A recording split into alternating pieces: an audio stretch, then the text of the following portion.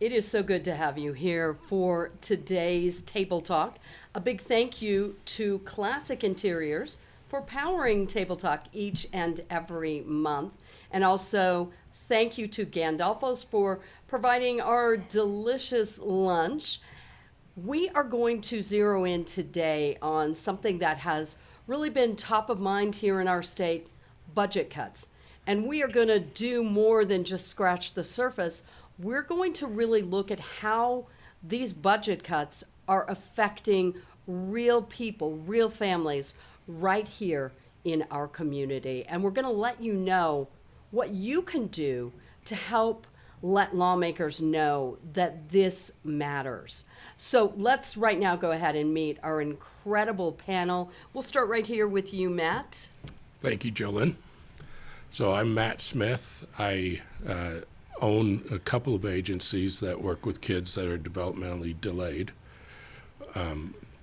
or have autism. But more importantly, I'm a grandpa of a young man that has cerebral palsy, which is why I got into this. And he is a success story. Yeah, he definitely is. I'm Jordan Saldate, and I have 4 autistic children, ADHD and autistic, and I'm married to an ADHD autistic woman. I have 3 nieces and nephews who are also on the spectrum, and several undiagnosed family members in my family. And honestly, like, my life is just filled with neurospicy people, and if they weren't there, I don't know what I'd do.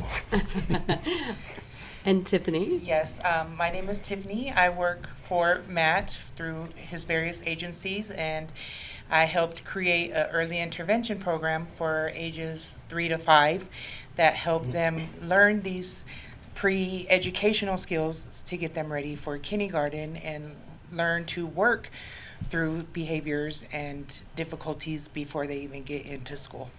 Early intervention is such a huge key. And Megan? Yeah, I'm Megan. I work for Tiffany and Matt at Aspen Developmental in the early intervention program. I'm also a parent of a couple of kids with a few diagnoses, one of which is also in the program.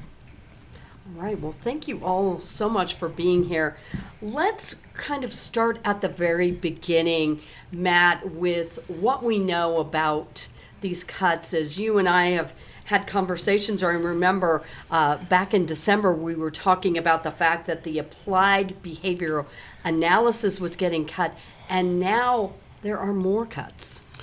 So many of the kids that we work with rely heavily on speech and occupational therapy and physical therapy. Those have been cut to 20 sessions a year. There is the ability to request more, but it's a process that allows these kids to be denied services. I can tell you my grandson requires weekly speech and OT. Most kids that we work with, it's going to be at least weekly, sometimes multiple times a week. So 20 visits really just, it's almost a waste of money. That's what I was thinking about. I mean, you're not even getting 2 visits in a month. So whatever progress is made, now they fall backwards. regressive, So yeah. what is that money really going to? Exactly. It looks good, but the effectiveness isn't going to be there. Okay, so it looks great on paper, but in the long run, it is going to cost not only more to help these kids get to baseline, but it's going to cost more in their ability to be productive later on, and that's a big cost. Okay, so there's that. Then the governor comes in with, well, we're going to cut home and community-based services.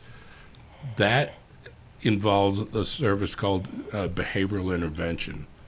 That is the only other therapy available to these kids that are developmentally delayed. There's another service that we don't provide, but it's basically typically run by high school kids. It's not therapeutic. Okay, the services that he's talking about cutting are all the therapeutic services that make the long-term benefit for these kids. And a lot of these kids, especially these kids that have autism, we can turn that autism into what I call a superpower, where they can use their challenges to help them be better and be productive members of society. I want to remind the listening audience, Elon Musk is autistic. I think people forget that. Yeah, and if we would have thrown him away as a child, what a loss it would have been to civilization as a whole. Right. Okay? These kids can learn. And we've got to quit counting them out before they even get a chance to prove what they're capable of. I love that you brought up Elon Musk, because his ability to hyper-focus is what has led to some of these great things that he's been able to develop. And yeah, you're exactly right. What if people would have just said, he's not going to amount to anything? Right. He has value, and I will argue to the day I die, each one of these kids has value, and it's worth us supporting. Yes. What have you all seen in terms of people overlooking these kids? What kind of frustration have you had to face? Sorry, I feel like that's a very Yep, and depthful you- question. I feel like constantly it's a mixture of my kids being looked at by other people as like extremely disabled, but also then being looked at as very functional. Like they have to either be completely disabled and unable to do life, or they have to be super geniuses, right? Like, oh, you're autistic. It's like, so what's your superpower? Like the expectations are either so low that it's like disappointing and hurtful, or they're so high that they're unattainable. And returning a little bit to what Matt said about these services, like to give you an actual picture, my children receive all of the services that he mentioned, and behavioral intervention was like the capstone for that for two of my children. So receiving speech, PT, OT. When they switched to the behavioral intervention services, well, not switched, but upgraded, they were able to take all of the things they had learned in those other therapies and apply them. And in 2 to 3 months, like my two youngest children who are autistic and ADHD made huge steps in their progress, able to communicate, able to learn their ABCs. And once again, because this program tied together all of those other therapies.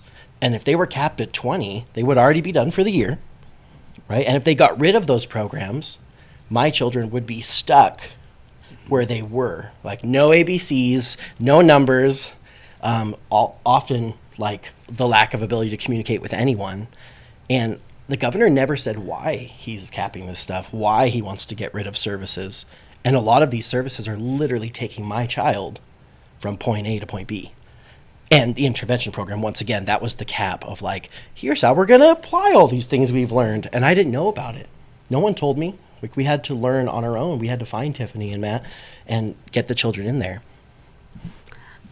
I want to ask you, Jordan, about the impact on the family. It's got to be exhausting. So I've got to believe that these services are also a support for parents and families. Yeah, I mean, at our house, my oldest son is 8, and then my daughter 7, and then my other son 5, and then other daughter 3 turning 4. We have 3 kids in diapers still, and if it weren't for intervention therapy, like, they wouldn't even be potty training. But because they're able to work on that with one-on-one time in intervention therapy at home, life has become a lot easier, right? Because, how many times you go to the bathroom a day, and all of a sudden my children can want to go to the bathroom on their own, right? And now they know how to say, oh, I've had enough food, Dad, or, oh, I want to read a book. Like, they're communicating much better, which is much easier at home because I know what they want, right? And I'm able to help them when they need help, because in the past, right, it was more The children just waiting until we had reached the point of no return of like, I'm starving to death, Dad, give me food now, versus going, oh, Daddy, I'm like a little hungry. Could you give me a snack? Because they're learning these positive behaviors at the intervention therapy. So Katie and I now have a lot more relief. I would say we're doing 20-30% less than we had to before, which is huge. We can now sit down by our, at the table and have tea and talk for a minute and actually focus on our own mental health. Because having 3-4 autistic children is very difficult. Having one is difficult. Right. So our lives have changed immensely, let alone with the amount of time our children spend at therapy that we can have that one-on-one time with each other or by ourselves. So our lives have changed immensely and become easier.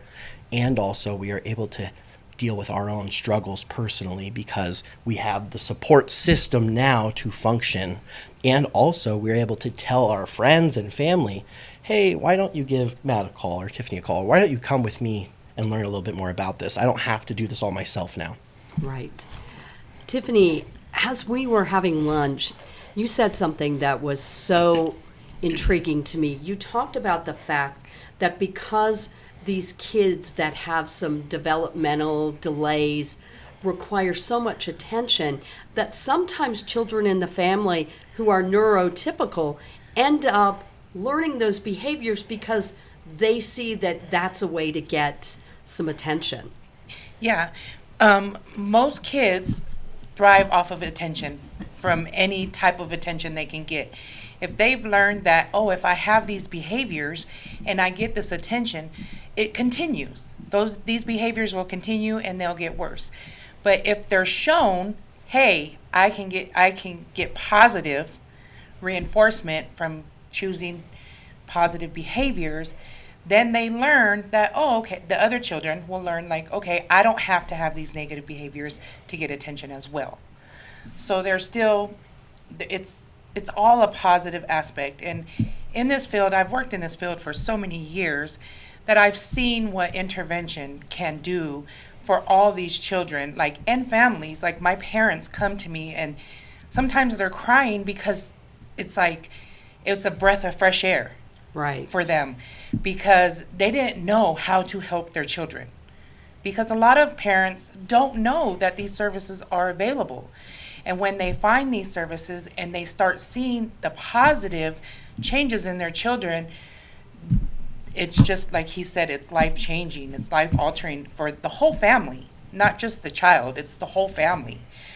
And it helps, and it's an amazing thing to see. Like, you have a parent come in and say, I don't think my child will ever speak. Now she comes in and says, he won't shut up. So, it's like he's learning words, he's learning how to socialize appropriately without the boundaries, right? Like going into the boundaries of others and just are being physical with them, learning the appropriate, like, don't pop the bubble, and just learning those things. It's so amazing to watch, and it's so amazing to see the lights turn on in these children's eyes because they're learning these skills. They're like, I can get good things from just having fun and learning these skills. And it's an amazing thing to watch. And that's why I keep doing it. People are like, your job must be so hard because I do. I was like, no, it's like the best thing in the world because you see these children light turn on, and it's an amazing thing to watch. I It can really only is. imagine seeing that beautiful transformation. Megan, what do you want people to know most? I've had a few thoughts as a parent of children with disabilities. And the background that I have a background in child development. Like, I was able to see these things early on and get my children involved in the infant toddler program, and then developmental preschools, and then therapies and all these things. And this program didn't exist for my eldest son yet, and my youngest daughter is in it now. But just as a parent, even with the background that I had, I didn't have the knowledge or the tools to know where to go to get assessed, to know what programs were out there. And as a parent too, it's really difficult when your child has a diagnosis to walk that line of what is acceptable behavior for the disability and what is not. And you're constantly doing that dance of how much to expect from this child and how much to push this child. And, so I think behavioral therapy is really, really helpful in that area, because I even struggled with it as a parent. And then now as a interventionist, I go into the home and I can help that parent. My current client, she started in June and she was new to the program, and I had been only there for like a month, I think. At the time, she wasn't eating dinner with her family. She would only sit on the couch and eat while she watched TV. She was having bowel movements in her underwear still. She wasn't talking in full sentences. She was hitting and kicking and having constant tantrums. I asked her mom today to send me a message of just what she has seen, her improvements, and it's like, we've got full sentences, we've got fully toilet trained, it has been, and she is extremely intelligent. She reads extremely already. Intelligent. Wow. Yeah. We got her reading this summer. And she's very gifted in music too. So finding that niche for her to teach her things that have repetition, like the months of the year and the vowel sounds and all these things, she is now grasping, and like, she's a dream to work with because she's so pure and beautiful and fun and just so intelligent that her progress has been so fast, and it's like night and day. And as I listen to that progress that you've just described, it hits me in my heart, because I understand that if these programs go away, then that progress is also going to come to a screeching halt. And that's why it's so important that we have these conversations. Jordan, did you want to share something? Yeah, so I've met the governor a couple times while working for ISU doing security. Seems like he cares. So as a parent, we're talking about how much these programs help our kids. Maybe he's just not aware. I mean, if he watches this program, maybe he can listen to us and hear us say these programs, we're not the only parents out here, there's thousands of us part of different programs fighting for it. Maybe he's going to learn more about autism. Maybe he's going to learn more about how speech or OT or physical therapy or intervention therapy helps our kids. And maybe he wants to cut the programs or limit them because he doesn't know.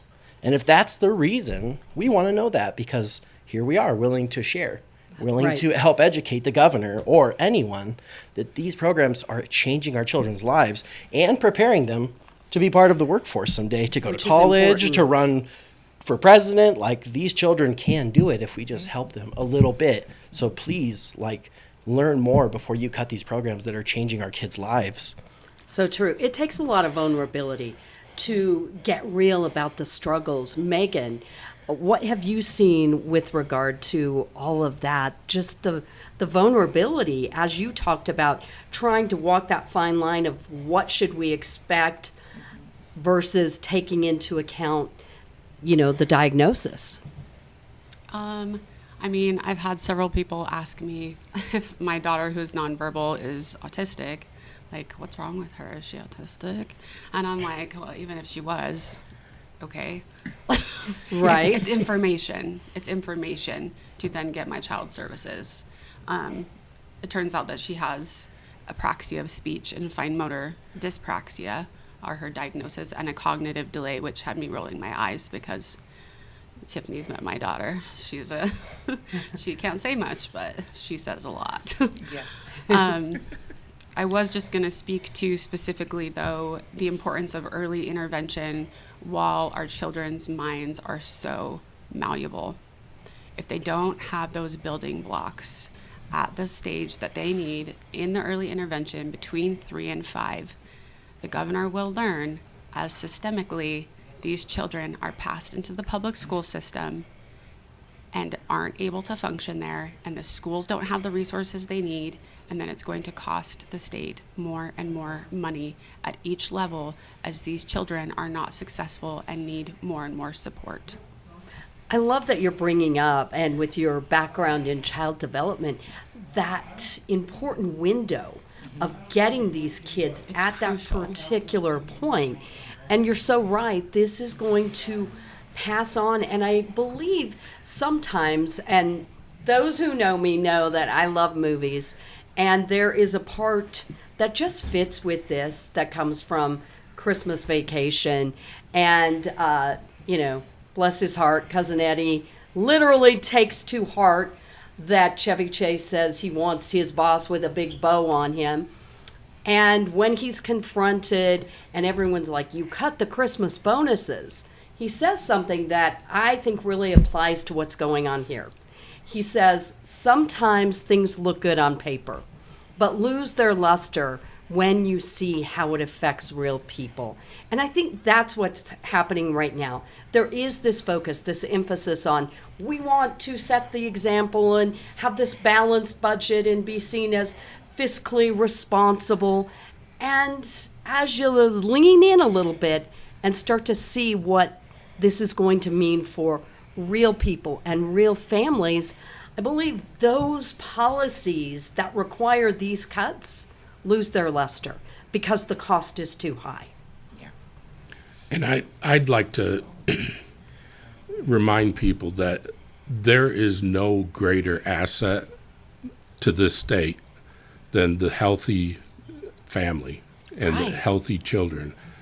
And if we aren't willing to put the money there, what does that say about us as a people, number one? And how much are you willing to spend when they're older and dysfunctional? We make progress when these kids are young and their brain is still malleable. Right. But just physically, as that brain gets more and more developed, the behaviors and the patterns that these individuals learn, they get stuck there, okay? Mm-hmm. We can make change and have good positive outcomes if we can get them young consistently doing the right kind of treatment. Well, what's so interesting as you're saying that is, here in Idaho, we are known for family values. We are known for elevating the importance of family. That's the kind of state that we really are. But when you get right down to it, you have to do more than talk the talk. Right. You can say you love and support families all day, every day, but if you're not walking the walk, then that's where we need to pump the brakes and say, let's look at this a little closer. Yeah. Also, we're not talking about hundreds of millions of dollars to support these programs. It's not a lot of money if we're talking about how much the budget is this costing. Look it up. It's not very much. What we're cutting to save, the cost versus reward ratio is absolutely absurd. Like, we will lose so much more than it would have cost us 20, 30, 40 million dollars to help thousands of autistic children become functional members of society. Like, the reason we're helping them is so they're not at home playing video games, right? So they're not out doing things that get them put in jail, because a lot of our autistic adults actually are in our prison system here in Idaho. I've met them. That's not the place for these kids. Like, No. let's help them now for the 20, 30, 40 million dollars it costs per year, and get them in the workforce, get them to be the engineers and the business owners of tomorrow. As you're saying that, Representative Ben Furman here locally is raising some questions about the budget and saying, let's look at priorities. And I think priority is a word that really can define this issue. It's about prioritizing what matters most. Well, and who matters most? As Absolutely. Idahoans, as citizens, why are we not putting our energy into protecting the most vulnerable of our society, our children and people with disabilities? Right. And I'll say something that's probably a little controversial, but we have this extended Medicaid program for adults, okay, that fell in the gap between Obamacare and regular insurance. And I'm not about pulling, the rug out from anybody. But me personally, I'm going to sacrifice for the kids before I'm going to sacrifice for adults who have the ability to go get a job and to improve their situation. The kids and these moms that are dedicating their whole day toward caring for their kids, they need to be supported, okay? And these adults who can get off Medicaid and stand on their own feet, they need to be required to do that. That should not come at the expense of children. But without these services, though, we're leading these young children into that spot. Yeah. Because as they get older and they can't be functional members of society, and now they're leaning on state services to help support them, where if they got these services at a younger age, that they would learn these skills to become those productive members of society, correct? And then we don't have to spend that much money on them as they become adults. Yeah, it'll be a systemic issue. It's like robbing Peter to pay Paul. Yeah. Oh, it's such a good example. And you're right. I mean, incarcerating people is far more expensive than what people really recognize. Right. So when you're creating this system where nobody now knows what to do with these kids who have grown up and still developmentally, they're not at the age that they are biologically, and so nobody knows what to do with them, and they do sort of get thrown away. And it's been proven that in the ages between 3 and 7, that's where personality is formed. And if they are getting these services at that young of an age, their personalities will form to where they need to get as they become older. So, And not to like be controversial with Matt, but I, as an adult that actually does qualify for Medicaid benefits, I used to work full time to fight for my kids to get all the help they needed, and they qualified for Medicaid care. And I had to choose. There was a certain point we reached that if I didn't stop working and come home, my kids were not going to get therapy. You know, there just wasn't enough time in the day for Katie to take the kids to all their different therapies. So I was terrified. You know, I've worked since I was 15 years old full time, always. And I quit my job to come home, and life in the day of Jordan and Katie is driving kids from school to therapy, back to school. There's 4 of them, right? So here we are, back and forth all day, Monday through Friday, which, no complaints, I love them. I love doing this for my kids. But I personally would thank the citizens of Idaho and the citizens of the United States of America for making it possible for me to take my kids to therapy, for them to be able to grow and to change and become functional members of society someday. And I wouldn't have been able to do that unless I could come home, which I've only able to do because of the current benefits that my family can receive. And of course, that's not going to be every adult on Medicaid, but my story is if it weren't for everyone, I wouldn't be able to do this. And I love my kids and I want to see them grow. And I'm not abusing those benefits. Like, I am taking my kids all day, every day. I'm leaving here, going to pick up my son from therapy, take him home. My wife goes to therapy. Like, we're all doing our best to not abuse the funds of the American people or of the people of Idaho. Thank you is all I could say. I think you bring up such a great point. I mean, parenting is a full-time job. It's a lot of juggling. But when you have children who require additional support and help, it's exhausting. You really don't get much of a break. And as you're all talking, I mean, where is the time for these parents to research and figure out what's available? It's a real challenge for them. And to have that support of people who can say, you're doing a good job, or you're not alone, is so important. One of the things that I really want to touch on, because I believe that this is an issue that sometimes makes people uncomfortable. It's fear-driven, and I believe that's why we see some of the shaming. People wanting to believe that good, solid parenting will fix all of this. But that is not the case, is it? Let's shatter that stereotype right away. Do you guys see that? Do you face some of that shaming, people making you feel as if you set stronger boundaries, if you did a better job as a parent, your child would get better? If I could just mention, like, so my wife is autistic and ADHD diagnosed. She's been shamed since she was a child for not being good enough or not trying hard enough. I won't specify the parent that did it, but since she was a child, and I know my wife very well, none of that helped her. She never received any therapy on her journey to adulthood because it was her fault that she wasn't smart enough or wasn't making friends. And now, at 35 years old, diagnosed, starting to receive services, is pretty far behind, on trying to recover some of that mental health and social skills that she could have had at a very young age had her parents just supported her the way she deserved. Obviously, different time period. Here we are, 35 years later, and we could do better. Like, the idea that my child could be told they're not autistic and then that they'll today just function better is absolutely hilarious and bonkers. My child's functionality has nothing to do with what I say. They came out of the womb the person they are today. Like, they have the dysfunction from just how they were made. And the therapy is what's helping.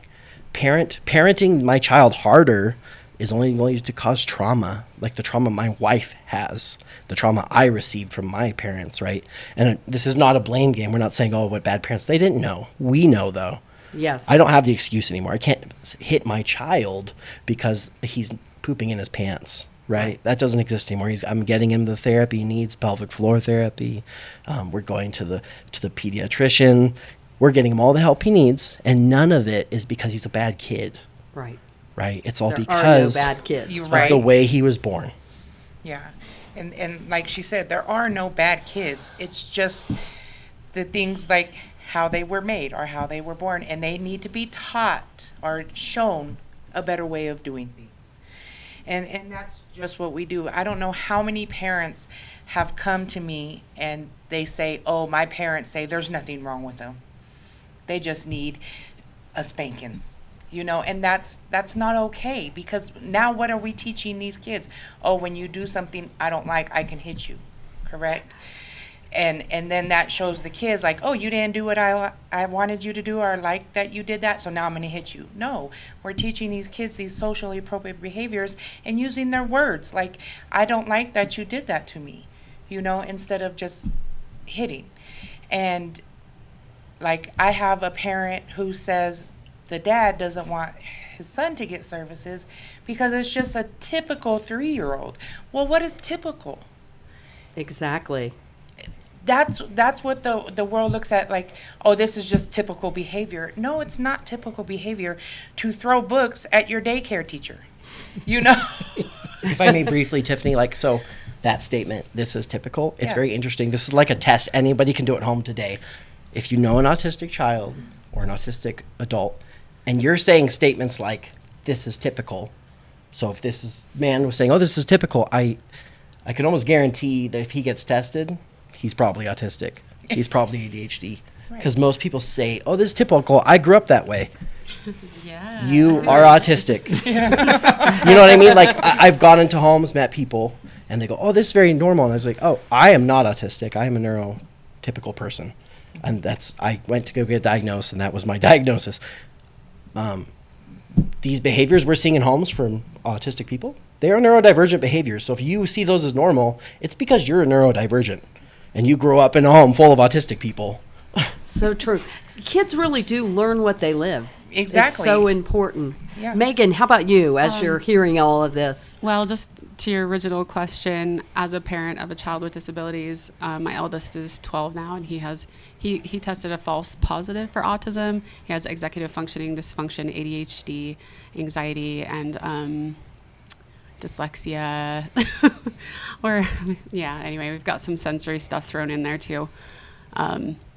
I got a lot of pushback early on from the older generation when early on I was seeing things that weren't typical that I was blessed to recognize because of my education.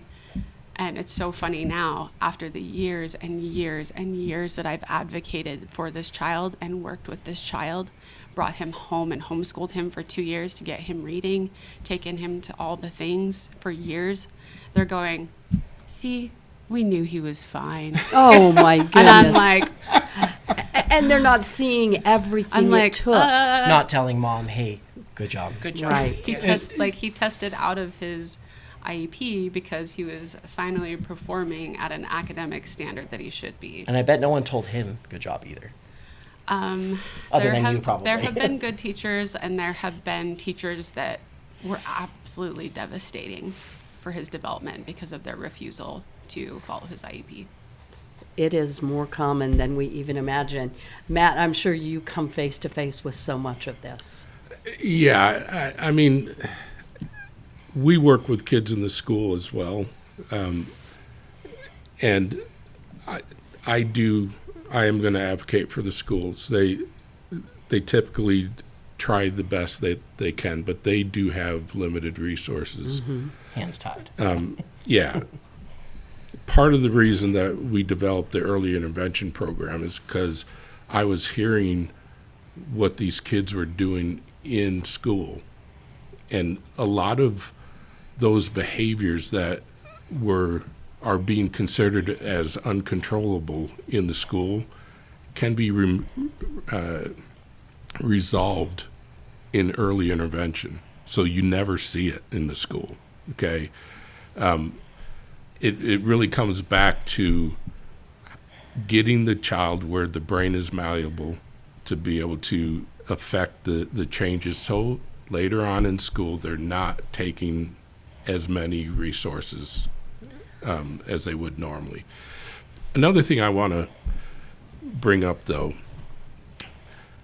I remember taking my grandson and my daughter to a restaurant, and my grandson having a meltdown because neurodivergent kids tend to do that, and people looking and shaking their heads and all that kind of stuff. That's just one social setting.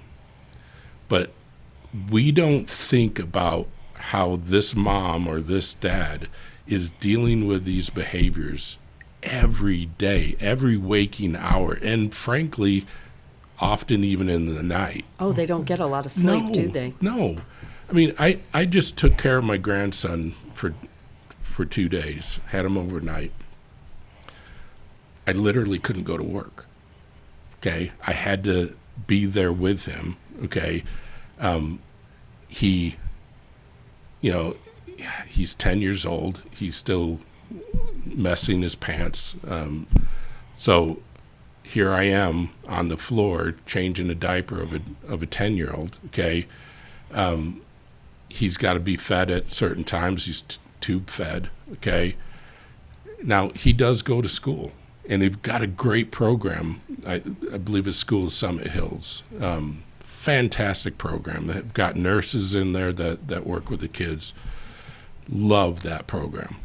But he still has to get pulled out for speech and OT and other therapies because there's a limit to what the schools can do effectively, okay? You take away services to these parents who are struggling just to get a good night's sleep, okay? You're damning that parent, okay? I've noticed in so many of my patients, parents are getting divorced because they can't handle it. Oh, Okay. I bet it's so much stress on a relationship. It is hugely stressful, okay? And not just the parents, but the whole family, okay? We have to have some compassion here, okay? First of all, people have to understand how difficult this really is for these parents. I mean, think they they deserve a don't want gold to, medal. right? It's scary. It's scary. It is. And I think if people take a step back and look at these parents who are doing the absolute best they can and give them some grace and be an asset to them instead of a liability. We don't need people shaking their head and judging these parents for doing the best they can. And I saw that time and time again, okay? Let's give these parents some love, okay, some kindness and support. I know in today's world, everybody's afraid of each other, but man, if you see a kid melting down, help. Okay, See what you can do. Don't be so afraid. Okay, I remember a time before my grandson where these neurodivergent kids, they scared me. I didn't understand them. Okay, my grandson's been the best blessing for me because I now love these kids because I see them for who they are. They're beautiful. Okay, don't be afraid of them. They're good people. I love that, Matt. And these parents do really deserve a gold medal.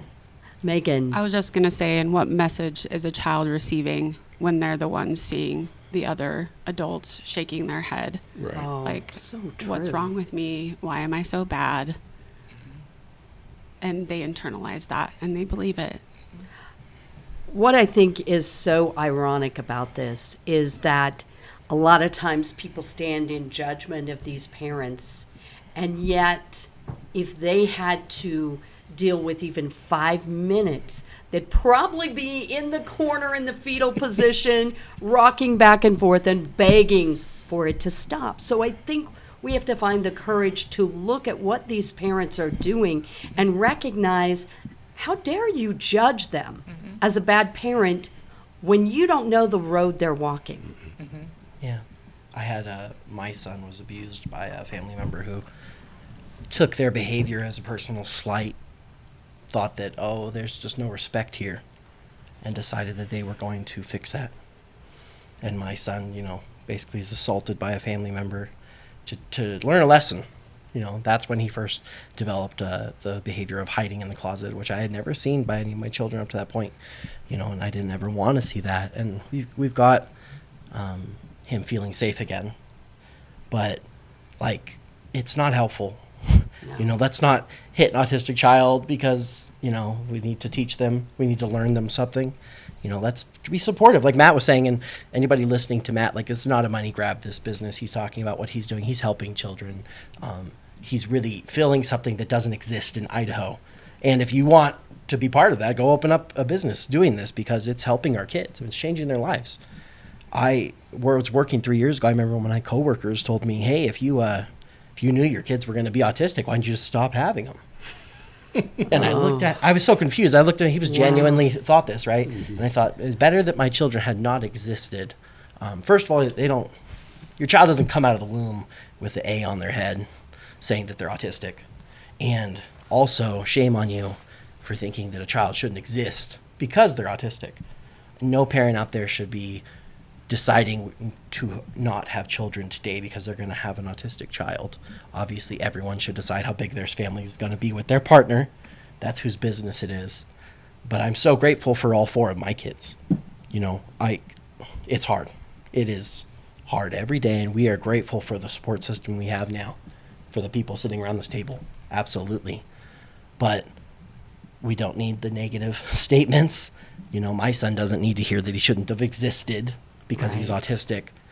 And we as the parents of autistic children, even though we hear these things, we're still here. We're living through this every day. We never give up. We never stop fighting. And if you have an autistic child, we're going to help you too. Just because you said that thing you shouldn't have or you hit my kid doesn't mean we're not going to be there for you when you need it. Your story really illustrates the strain that this can put on families. I can't imagine how painful it must have been to realize that someone in your family abused your child because they didn't understand or they were frustrated. Matt, you brought up something that I think is so common, and that is those meltdowns that can happen when there's that overstimulation. So I would love to help people understand if they're seeing that and they want to be helpful, because I believe there are a lot of good people in our community who do want to help, but maybe they don't know what to do. They don't want to overstep. What advice would you give them? What can they do to be supportive in that moment? It's a good question. If you have a kid in a meltdown, adding more people to it may just make it worse. I would be more inclined, if I saw it, I'd be more inclined to be asking Mom, how can I help you?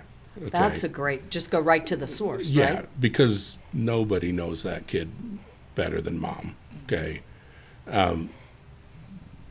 yeah, I wouldn't jump in necessarily to help with a meltdown, but maybe the other kids that are there could use some supervision or support. Because it's probably scary for them, I imagine. Yeah, well, yeah, and they see it. They get impacted by what other people are doing around them as well. Okay, so I guess the big thing I would say is just be kind. Okay, Kindness be- goes a long ways. yeah. Mom has probably learned, okay, these are the things that can de-escalate him or her.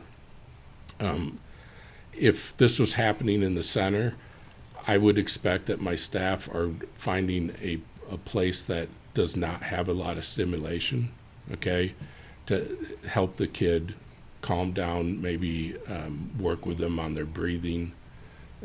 Just the typical stuff you would do to calm an adult down, I would also do that with these kids, but also understanding the feeling of their clothes can be too much for them. The flickering of the lights, okay? There's all these sensories that we take advantage or take for granted that can be causing these meltdowns, okay? And then it's just one little trigger that maybe we don't even see that's sending this kid into a meltdown, okay? The restaurant, the grocery store, that's not the place to, try to fix that, because there's so much sensory stimulation in those kind of environments. But mom knows that kid. And so support mom or dad, okay, who's in that fight, but have grace. Give that parent some grace. Or at the very that. least, mind your own business. I bet you feel that so often, right? Well, and like if my own kid is like, what's wrong with him? I'm like, hey, they're having a rough day. Sometimes we have rough days. We're gonna Everybody move has rough days, Yeah. our own way right? and give them space. So valuable. Two things, which is one, maybe they don't know their kid's autistic.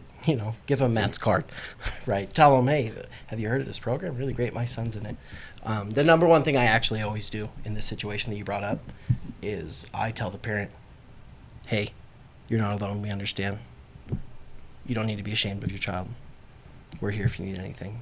I say it all the time. Wow. All the time. We say it to people. And the look on the mom or dad's eyes when they go, oh, wait, it's okay if my kid screams? Yeah. Yeah. My kid does it too, and so does her kid, so does their kid. And all of a sudden, we're on a team, right? Right. And we're together. Now, they're not going to ask you to change your child's diaper, right?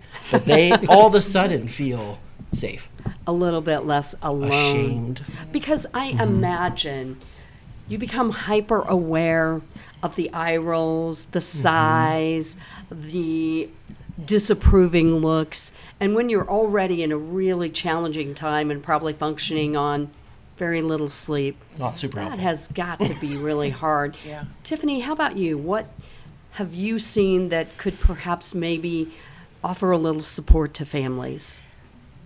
Just letting them know that they're doing a great job.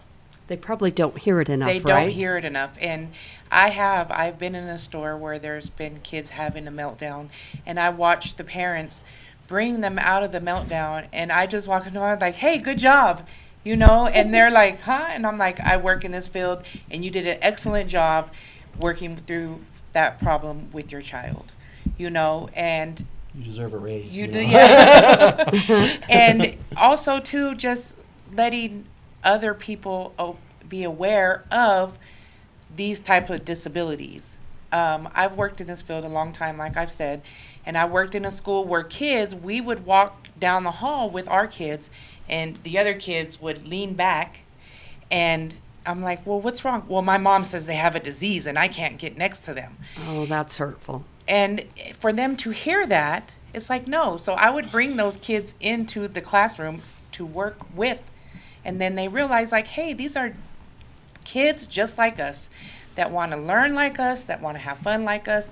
And that's just in the store. The parent wants to be able to take their child into the store and not have to keep them at home because they have these They meltdowns. might not be able to keep them at home. Right. Right, Maybe exactly. it's just mom, single dad. Yeah, Yeah. absolutely. So just helping them, or like Matt said, like, hey, how can I help you? If you That know, and that's all the world that the parents want to know is like, hey, I have help. Somebody understands me. And we know, based on everything you've all shared today, how important these programs are. You know, one thing that gives me a great deal of hope is that Governor Little has said in his Enduring Idaho plan that there is a commitment to protecting what matters most. I think that should give us all hope, because I really don't think anybody could make the case for the fact that kids and families in our state aren't what matter most. We are out of time, but I want to start right here, give each of you, just a quick opportunity for a final statement. Matt, I would like to directly ask you to share with the KID crew what they can do to raise awareness about the need for these programs. What we need done is there's a website called helpidahokids.org. Go there. There's links to your representatives and the governor's office, and send them an email, a nice email, saying, hey, please support these kids. Don't cut the funding to these services. Because if they do, we've got about 27,000 kids in Idaho that are going to be off these services, that it's going to be devastating to them. Absolutely. Well, thank you so much. Jordan, real quickly, your thoughts? Just to Governor Little and to our legislature, thank you for caring enough to actually save our program. Save our programs, help us, protect our kids. And if you could just do that, we'd be so grateful. That's it. Like, we don't want to hate anybody. We want to say thank you. All right. Tiffany.